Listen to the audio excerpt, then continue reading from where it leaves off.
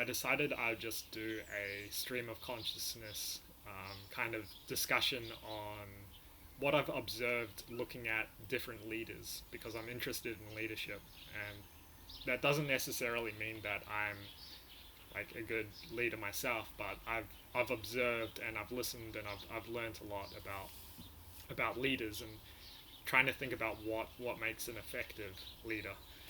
And I thought that I'd just share some of the things that I've learned, some of the observations that I've made through my learning and my study and through seeing the patterns of these different leaders. So one of the first things is that leaders are more internally, their locus of control is more internal than external. So they take responsibility for what goes on rather than place the blame externally outside of themselves. So a big part of leadership is looking inside for what to do and what actions to take rather than looking at the things in your environment or being reactive to what's going on. It's more, yes, you take account of what's going on around you in the world with what people are doing, but usually leaders are the ones that are most willing to look inside of themselves and decide what to do from there. Another part of leadership that I've noticed is that they have the most certainty. So in any group of people, the person that is most certain and that has other people turning to them as well, they will generally have the most. They will generally be the leaders within the group because their certainty inspires people to trust them because of that confidence. Um, so there's this natural thing that happens when you when you have certainty and you have other people believe in what you the more people you have, the more like believing what you say, the more social proof you have, and then others are more willing to trust your actions and to follow you. So a few other things that effective leaders have is they have the ability to influence others. So usually this comes through very good communication skills, or it comes through taking good actions. So when people have seen that they've made good decisions that have created positive results, they're more likely to trust that person and follow them. So trust is also a big part of leadership. And trust really comes down to two things. It comes down to character, so that's integrity and their ability to be a good person, basically, and then also the ability to produce the results or the skill and the other one is, what is it? Yeah, basically the ability to produce results and the character of a person. That is usually what generates trust, and the consistency of being able to produce good results.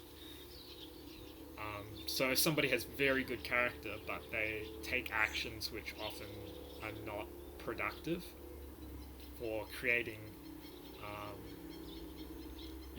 creating the outcomes that they're trying to get, then you're going to lose trust in them because you still need to get the outcomes. But if somebody's very good at getting outcomes, they're very good at creating results, but their character is faulty, you also will tend to not have trust in them. So usually very good leaders have both a strong character and a strong ability to create outcomes. A few other things is obviously they're very good with teamwork and working with other people. So to work with other people, you need to be able to encourage each other. You need to be able to prioritize the team rather than prioritize your own needs. So leaders also have this ability, not ability, but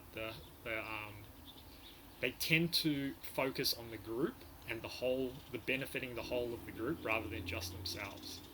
And the group, because they know that the leader will look out for them, they will follow them and they will help support the leader in getting towards the leader's vision that they want to move towards. Um, when leaders do not, when leaders focus on their own benefit and do not prioritize the whole of the group, eventually the group will turn against them because they do not trust that they have their best benefit in mind. And we always want to support those who really want to give to the whole, to support the whole and to benefit the whole together. What are some other things? Yeah, so usually leaders have a very clear idea of where they want to go. They have that certainty and conviction. Usually they are very self-aware, so they know themselves very well. They're very authentic, and they have a lot of ability to be congruent with what they do and what they say and who they are.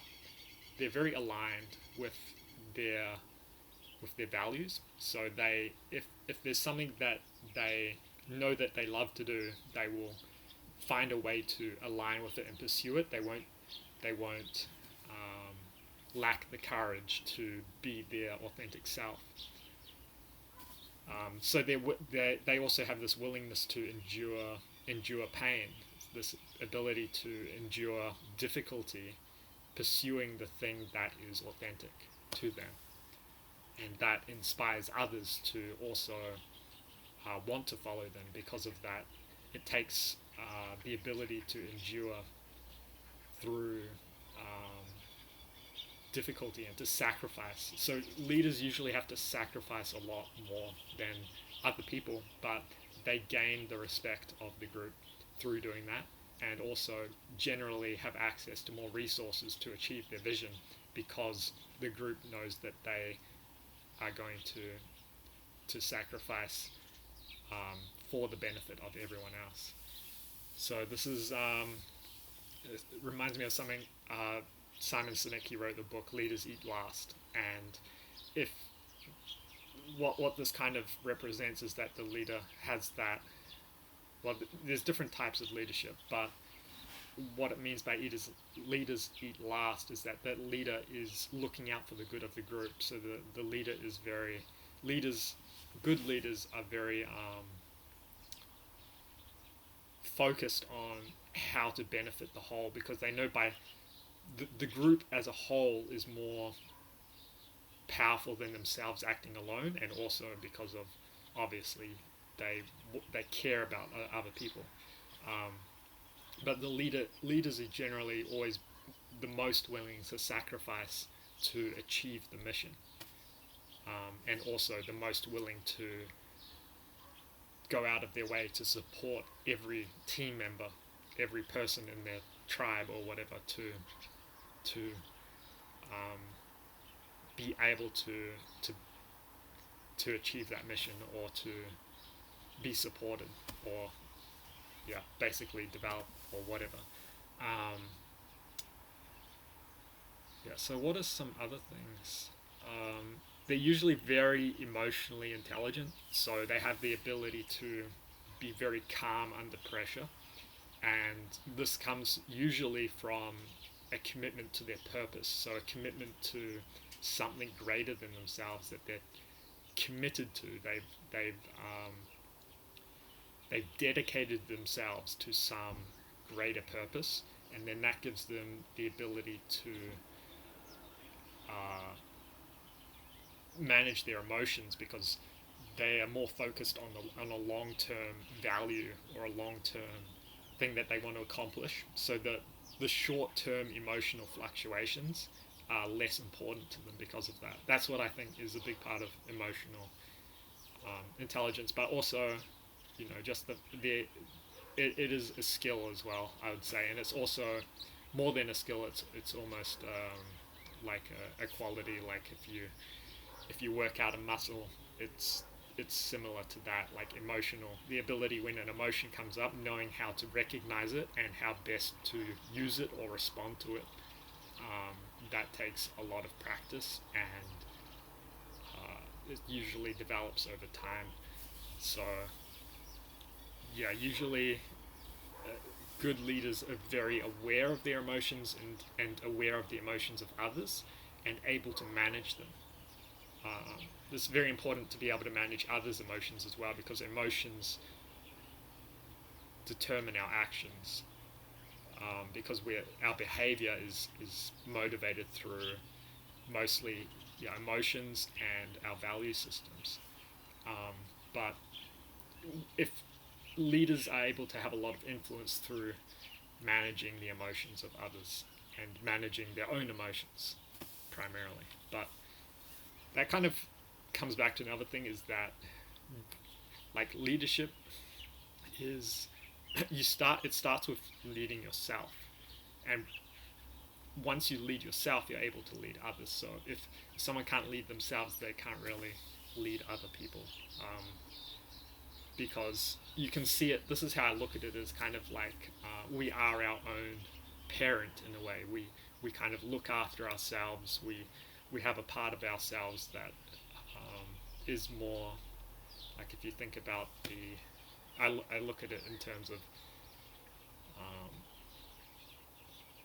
that's kind of besides the point. But anyway, those are my ideas on leaders and what I've observed, and I could go more deeply into it, but I think that's good for now. And I think in a day or so I'll be doing a live stream. So if you have any thoughts to add as well, just come on that and share with me your thoughts, and I will discuss some more things that I think about leadership, because this is an area that I'm quite interested in, and obviously, yeah, I want to develop in myself that ability, that leadership ability, because I think it's a very important quality to have if you want to achieve anything significant in this world, and also to be able to add the most value. Someone needs to have leadership qualities.